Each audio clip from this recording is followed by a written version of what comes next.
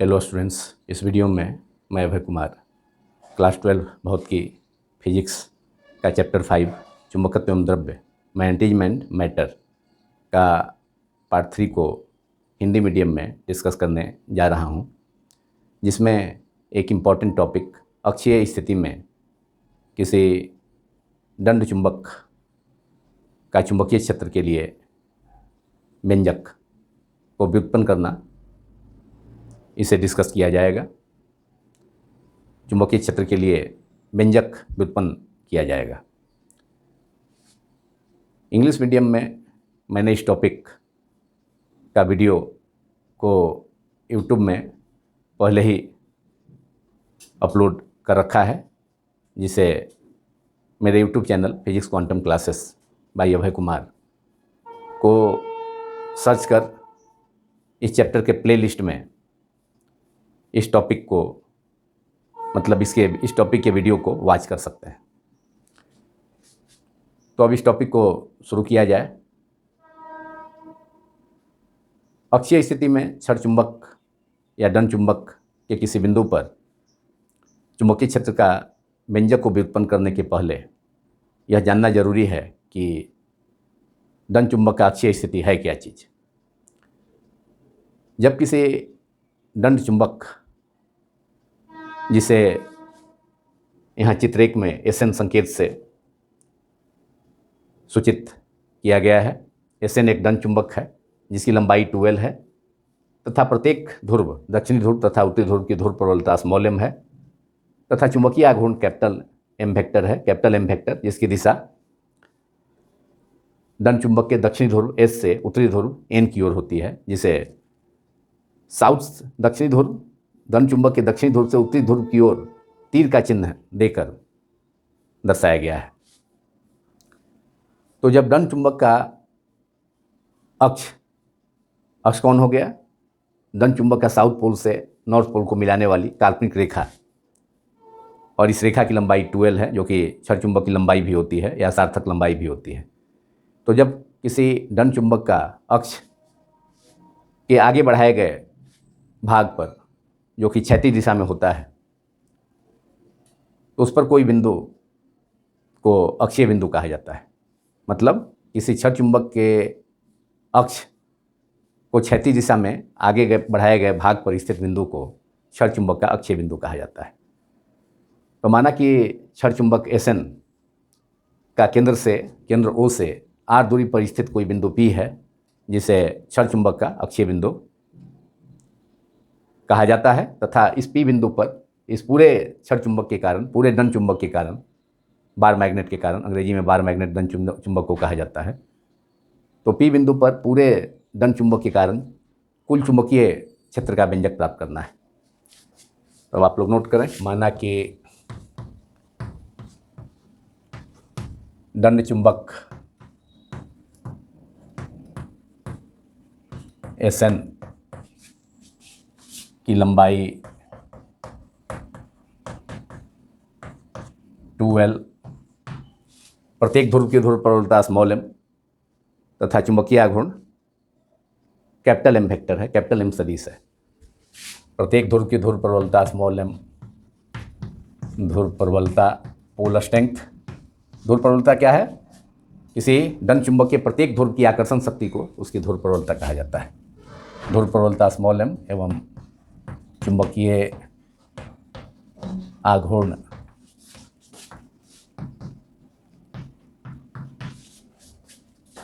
M vector, M सदिश है,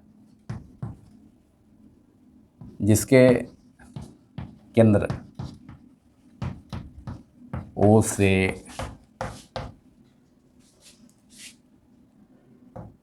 r दूरी पर स्थित अक्षीय बिंदु, अक्षीय स्थिति का बिंदु हो गया P, अक्षीय बिंदु P पर चुंबकीय क्षेत्र का व्यंजक प्राप्त करना है। चुंबकीय क्षेत्र का व्यंजक व्युत्पन्न करना है या प्राप्त करना है, डिराइव करना है। व्यंजक व्युत्पन्न करना है।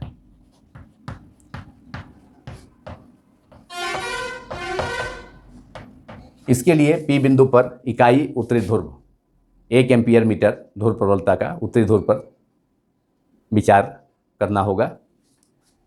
जिस बिंदु पर चुंबकीय क्षेत्र ज्ञात करना होता है वहाँ इकाई उत्तरी ध्रुव को स्थित माना जाता है।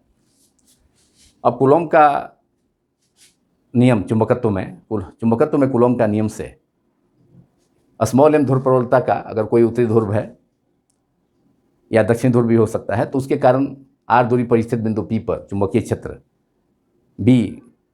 B सदिश का मान कितना हो जाएगा? Capital B equal to B vector का mod capital B equal to μ0/4 into small m बटा r स्क्वायर। तो इस सूत्र का उपयोग कर इस दंड चुंबक के प्रत्येक ध्रुव माने साउथ पोल, दक्षिणी ध्रुव तथा उत्तरी ध्रुव के कारण अलग अलग अक्षीय बिंदु P पर चुंबकीय क्षेत्र को प्राप्त कर कुल या नेट चुंबकीय क्षेत्र मालूम किया जा सकता है। तो लिखें चुंबकत्व में कूलॉम का नियम से चुंबकत्व में कूलॉम का नियम से दंड चुंबक के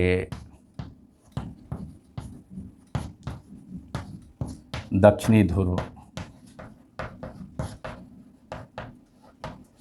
जिसे इस संकेत से सूचित किया गया है चित्र 1 में, S के कारण दक्षिणी ध्रुव कैपिटल S के कारण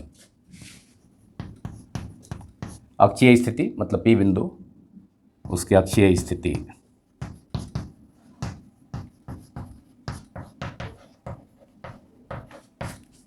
P बिंदु पर चुंबकीय क्षेत्र,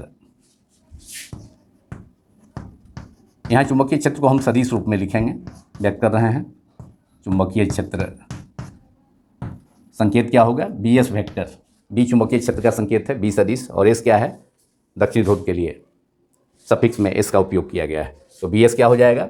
चुंबकत्व में कूलॉम का नियम से μ0/4 μ0 या μ0 भी से पढ़ा जाता है, μ0/4 गुना m small m south pole की ध्रुव प्रबलता है, दक्षिण ध्रुव की ध्रुव प्रबलता है, और उत्तरी ध्रुव की ध्रुव प्रबलता n जिसे n से सूचित किया गया है उसकी भी ध्रुव प्रबलता इतनी ही है, स्मॉल m ही है। और दूरी कितनी हो जाएगी? स्मॉल m बटा SP स्क्वायर, S से साउथ पोल से अक्षीय स्थिति का बिंदु P की दूरी SP स्क्वायर, और ये कितना हो जाएगा? μ0/4 गुना स्मॉल m, और S से P की दूरी कितनी हो जाएगी? S से P की दूरी SO plus OP that is L plus, माने चुंबक की पूरी लंबाई का आधा SO हो गया, तो L प्लस, और क्षण चुंबक का या दंड चुंबक का केंद्र से अक्षीय बिंदु P की दूरी कितनी है? R है, तो L प्लस R या R प्लस L का स्क्वायर होल स्क्वायर हो गया। और इसे समीकरण 1 माना जाए। और दिशा किधर होगी? क्योंकि साउथ पोल क्या करेगा? साउथ पोल इकाई P बिंदु पर मतलब क्षण चुंबक का जो या दंड चुंबक का जो सिरा जहाँ पर साउथ पोल है मतलब बाईं ओर, तो वह साउथ पोल अक्षीय बिंदु P पर चूँकि नॉर्थ पोल रखा गया है तो उसको क्या करेगा? उसको अपनी ओर आकर्षित करेगा। दक्षिणी ध्रुव, दंड चुंबक का दक्षिणी ध्रुव P बिंदु पर स्थित इकाई उत्तरी ध्रुव को अपनी ओर आकर्षित करेगा, क्योंकि विपरीत ध्रुवों के बीच में क्या होता है? विपरीत चुंबकीय ध्रुवों के बीच में आकर्षण होता है। तो BS की दिशा दर्शाया गया है किधर होगा? P से S की दिशा में, मतलब धनात्मक x अक्ष की दिशा के विपरीत अर्थात ऋणात्मक x अक्ष की दिशा में होगी। तो यहाँ पर बगल में -i कैप यहाँ देना होगा। ये दिशा PS दिशा में होगी, PS दिशा P से S की ओर, मतलब धनात्मक x अक्ष की दिशा के विपरीत धनात्मक x अक्ष की दिशा होगी S से P की ओर, लेकिन P से S की ओर है दिशा, मतलब ऋणात्मक x अक्ष की दिशा में होगी। तो उसके लिए इकाई सदिश क्या दिया गया? -i कैप बगल में उपयोग किया गया। तो इसी प्रकार अब दंड चुंबक के उत्तरी ध्रुव जिसे n संकेत से सूचित किया गया है, जो कि राइट साइड में है, दाईं ओर है, बाईं ओर दंड चुंबक के बाईं ओर दक्षिणी ध्रुव है जिसे S संकेत से सूचित किया गया है, और तथा दाईं ओर उत्तरी ध्रुव है जिसे n संकेत से सूचित किया गया है। तो इसी प्रकार क्या होगा, अब धन चुंबक के उत्तरी ध्रुव के कारण उसके अक्षीय बिंदु या अक्षीय स्थिति में बिंदु P पर चुंबकीय क्षेत्र क्या हो जाएगा, Bn हो जाएगा। उसे कैपिटल B देकर सफिक्स में कैपिटल N उत्तरी ध्रुव के लिए उपयोग किया जाता है, कैपिटल N। तो Bn वेक्टर हो गया और उसकी दिशा किधर होगी, n से p की ओर होगी, मतलब धनात्मक एक्स की दिशा में होगी, जिसे दर्शाया गया है। तो Bn की दिशा धनात्मक एक्स की दिशा में, Bs की दिशा ऋणात्मक एक्स की दिशा में।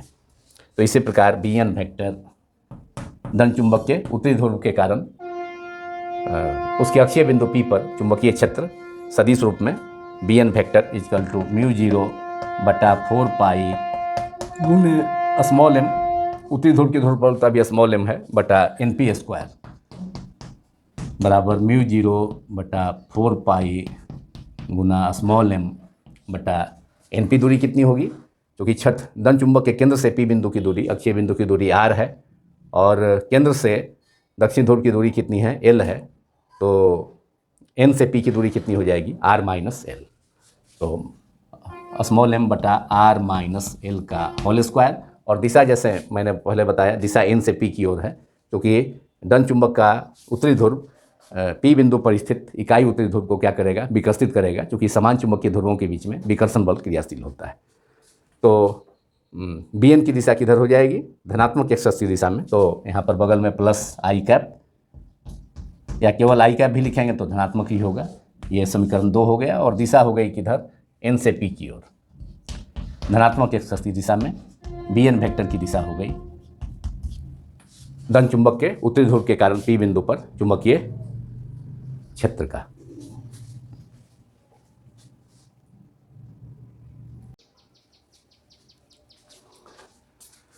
अब धन चुंबक Sn के अक्षीय बिंदु या अक्षीय स्थिति P बिंदु पर कुल नेट चुंबकीय क्षेत्र पूरे धन चुंबक के कारण, इसलिए पूरे दंड चुंबक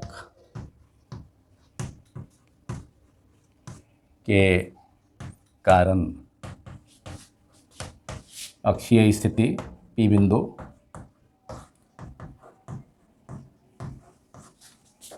पर कुल चुंबकीय क्षेत्र, कुल चुंबकीय क्षेत्र हमने धन चुंबक के दोनों प्रत्येक ध्रुव, दक्षिण ध्रुव तथा उत्तरी ध्रुव के कारण अलग अलग अक्षीय बिंदु P पर चुंबकीय क्षेत्र क्रमशः Bs तथा Bn को ज्ञात कर लिया। अब क्या करना होगा, कुल चुंबकीय क्षेत्र के लिए, क्योंकि सदिश रूप में इसे ज्ञात किया गया है, तो दोनों को जोड़ना होगा। Bn vector, Bs vector plus Bn vector.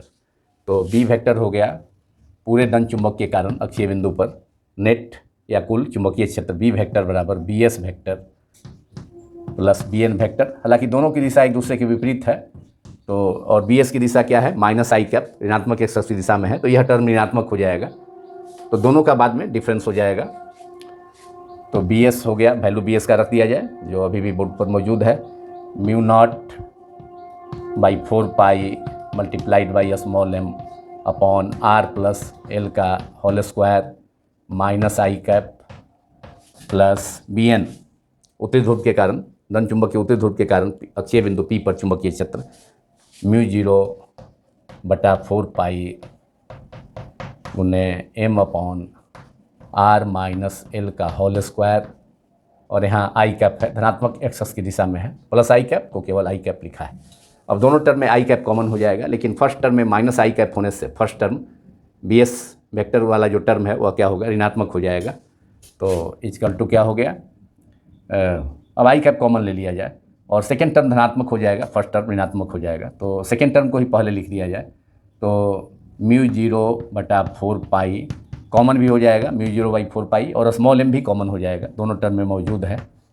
तो 1/r माइनस l का स्क्वायर, और क्योंकि फर्स्ट टर्म में माइनस है, माइनस आई कैप, तो इसलिए Bs का वैल्यू था Bs वेक्टर का, तो ये ऋणात्मक हो जाएगा। तो अब इसे लिख सकते हैं, इसमें भी बचा फर्स्ट टर्म में भी 1/r प्लस l का होल स्क्वायर, और आई कैप को बाहर कर लें, कॉमन कर लें, आई कैप बाहर हो गया, लेकिन उसका माइनस आई कैप माने माइनस जो था वह रह गया फर्स्ट टर्म में, तो इसलिए फर्स्ट टर्म निगेटिव हो गया। तो उसे हम अब नेक्स्ट स्टेप में इसको सेकेंड टर्म के रूप में लिख दिए, और जो सेकेंड टर्म था उसको फर्स्ट टर्म के रूप में, वो धनात्मक था, bn का जो वैल्यू था। अब यहाँ पर एलसीएम लेना होगा r माइनस एल का square into R plus L का होल स्क्वायर, और r minus L into R plus L क्या हो जाएगा, R square minus L square का होल स्क्वायर हो जाएगा। a minus B into A plus B is equal to A square minus B square, और चूँकि होल स्क्वायर भी है दोनों टर्म में तो उसका होल स्क्वायर हो जाएगा। तो एलसीएम कितना हो गया, म्यू जीरो बटा 4 पाई गुने m। अब यहाँ पर एलसीएम दोनों अलग अलग टर्म है, इसलिए लघुत्तम दोनों टर्म का जो गुणनफल होगा वह एलसीएम होगा।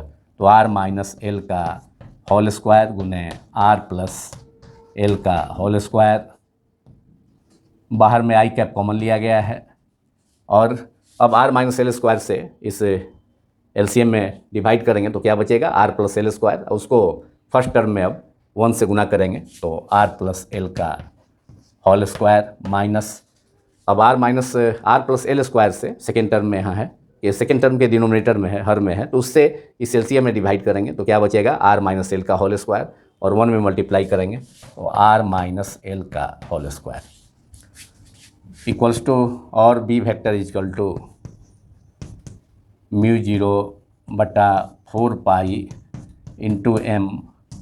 अब ऊपर में r प्लस एल का whole square, A plus B का whole square, A square plus 2ab plus B square, तो R square plus 2rl plus L square minus, अब सेकेंड टर्म में r माइनस एल का होल स्क्वायर है तो यह क्या हो जाएगा, A square, A minus B square के फॉर्म में है तो A square minus 2ab plus B square, तो minus R square under bracket रखते हैं इसको अभी, minus 2rl plus L square, R minus L square का वैल्यू हो गया।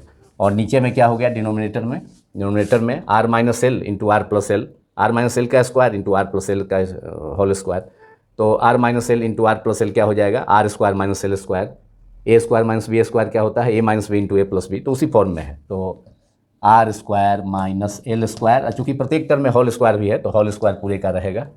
पहले r minus L into R plus L का काम कर लिए फॉर्मूला का यूज करके, R square minus L square, और होल स्क्वायर है तो होल स्क्वायर दिया गया।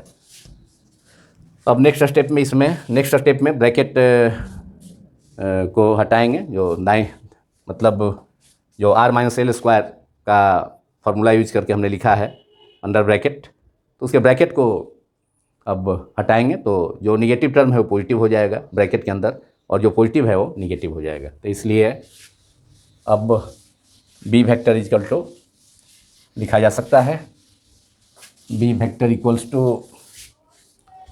और B vector equals to mu zero बटा 4 pi into small M. Small M क्या है, प्रत्येक ध्रुव की, धन चुंबक के प्रत्येक ध्रुव की ध्रुव प्रबलता है। ब्रैकेट में क्या होगा, R square plus 2rl plus L square minus R square plus 2rl और minus plus minus minus minus L square, bracket हटा दिया गया, minus R square minus under bracket R square minus 2rl plus R plus L square, bracket हटाने पर are square के आगे minus sign है तो माइनस आर स्क्वायर, और 2rl में निगेटिव टर्म है, माइनस है तो माइनस माइनस प्लस हो जाएगा, और प्लस एल स्क्वायर के पहले प्लस है तो ब्रैकेट के बाहर क्या था, माइनस था, तो ब्रैकेट हटाने पर minus plus minus upon denominator में क्या हो गया, आर स्क्वायर, हर में R square minus L square का होल स्क्वायर। अब यहाँ पर plus R square first term और minus R square cancel, plus L square minus L square भी कैंसिल। अब केवल न्यूमरेटर में बच गया 2rl, ब्रैकेट के अंदर अंश में बचेगा न्यूमरेटर में 2rl plus 2rl 4rl, that is अब हो गया म्यू नॉट, और B vector equal to mu naught upon 4 pi multiplied by small M into 4rl, जिसको लिखा जा सकता है 2l multiplied by 2r, 2rl plus 2rl bracket के अंदर बचा अंश में न्यूमरेटर में, तो इसे लिखा जा सकता है 2L इंटू 2R, और ऐसा करने से 4RL मिल गया। और ऐसा करने से M इंटू 2L को हम क्या लिखेंगे, किसी धन चुंबक की प्रत्येक ध्रुव की ध्रुव प्रबलता तथा धन चुंबक की लंबाई का गुणनफल क्या कहलाता है, चुंबकीय आघूर्ण कहलाता है, जो कि एक सदिश राशि है जिसकी दिशा धन चुंबक में दक्षिण ध्रुव से उत्तरी ध्रुव की ओर होती है, जिसे मैंने दर्शाया भी है। तो अपॉन नीचे क्या होगा, R स्क्वायर डिनोमिनेटर में R square minus L square का होल स्क्वायर, हर में लिखा R square minus L square का होल स्क्वायर। अब हम लोग व्यंजक प्राप्त करने की ओर बहुत निकट हैं, और B वेक्टर इक्वल्स टू क्या हो जाएगा, ये कहाँ है, एक्सियल पॉइंट पर है, तो B वेक्टर दे करके AX दे देंगे, सफिक्स में AX का मतलब एक्सियल का शॉर्ट फॉर्म AX है, जिसका अर्थ होता है अक्षीय स्थिति। तो B को केवल B वेक्टर के बदले में हम B वेक्टर एक्सियल लिख सकते हैं, AX B vector AX equals to क्या हो गया, mu naught upon 4 pi multiplied by M गुने स्मॉल m गुने 2L, क्या हो गया, कैपिटल M इंटू 2R है, तो 2R capital M upon R square minus L square का होल स्क्वायर। और आई कैप जो है हमारा छूट रहा है, आई कैप हमने कॉमन किया था, आई कैप दोनों टर्म में पीछे छूटा है, उसमें आई कैप इंट्रोड्यूस कर लीजिए, यहाँ भी आई कैप होगा, यहाँ भी आई कैप होगा, और आई कैप में प्लस आई कैप है, माइनस साइन नहीं है। इसका मतलब है कि धन चुंबक के कारण अक्षीय बिंदु P पर चुंबकीय क्षेत्र का जो व्यंजक होगा उसकी दिशा किधर होगी, उसकी दिशा धनात्मक एक्स अक्ष की दिशा में होगी, अर्थात चुंबकीय आघूर्ण की दिशा में होगी, साउथ पोल से नॉर्थ पोल की ओर। तो P बिंदु पर चुंबकीय क्षेत्र की दिशा हम दर्शा देते हैं, P बिंदु पर चुंबकीय क्षेत्र की दिशा होगी धनात्मक एक्स अक्ष की दिशा में, B वेक्टर जो कि अर्थात चुंबकीय आघूर्ण की दिशा में होगी, धन चुंबक के दक्षिणी ध्रुव से उत्तरी ध्रुव की ओर। ये हो गया, यही व्यंजक है, अभिष्ट व्यंजक है। यह समीकरण नंबर 3, यह धन चुंबक के कारण अक्षीय बिंदु पर चुंबकीय क्षेत्र का व्यंजक है। यह धन चुंबक के कारण उसके अक्षीय बिंदु P पर चुंबकीय क्षेत्र का व्यंजक है, जिसे हमें व्युत्पन्न करना था। तो यह अभिष्ट व्यंजक है, एग्जाम में सीधे शॉर्ट में लिखा जा सकता है, यह अभिष्ट व्यंजक है, this is the required expression, जो हमें ज्ञात करना था, यह अभिष्ट व्यंजक है। अब इसमें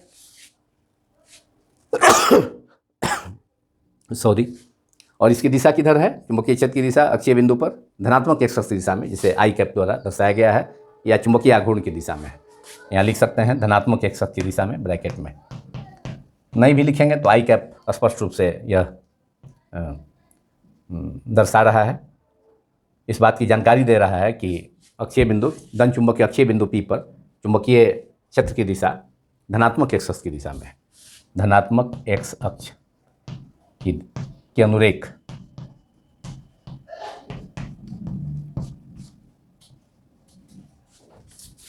अब व्यंजक ज्ञात करने के बाद इसका एक विशेष स्थिति पर विचार किया जा सकता है कि अगर धन चुंबक बहुत छोटा है तो उस स्थिति में उसकी लंबाई अक्षीय बिंदु धन चुंबक के केंद्र से अक्षीय बिंदु P की दूरी की तुलना में काफ़ी कम हो जाएगी। तो विशेष स्थिति, स्पेशल केस, यदि दंड चुंबक बहुत छोटा है